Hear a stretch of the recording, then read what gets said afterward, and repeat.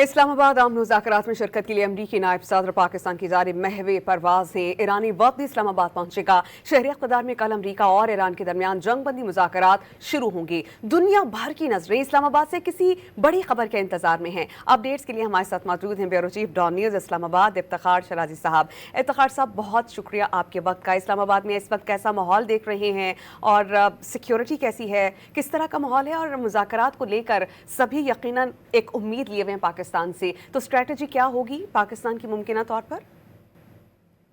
جی بالکل، اسلام آباد میں امریکہ ایران مذاکرات کے لیے تمام تر تیاریاں مکمل کر لی گئی ہیں،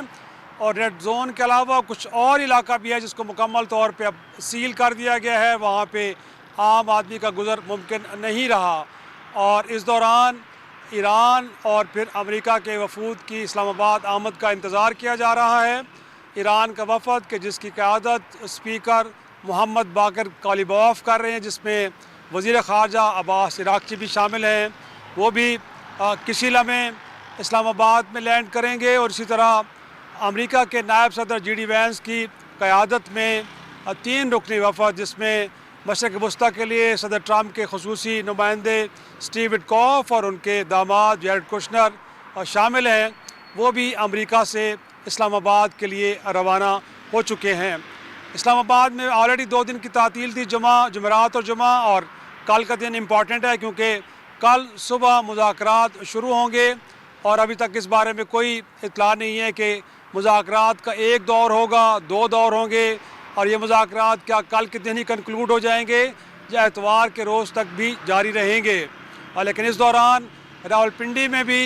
کل کے روز جو دفاتر کھلے تھے ان کو بھی چھٹیاں دے دی گئی ہیں، اور شہریوں سے کہا گیا کہ وہ غیر ضروری طور پہ شاہراہوں پہ نہ نکلیں۔ گویا کہ چکلالہ ایئر بیس، نور خان ایئر بیس اس کو کہتے ہیں، وہاں مہمانوں کی آمد ہوگی، اور پھر وہاں سے ان کو وہاں پہ لے جائے گا جہاں پہ مذاکرات کا عمل شروع ہوگا۔ اس دوران کنونشن سینٹر کے اندر میڈیا سینٹرز بنا دیا گیا ہے، اور پوری دنیا سے جو میڈیا کے نمائندے ہیں وہ اسلام آباد اب پہنچ چکے ہیں،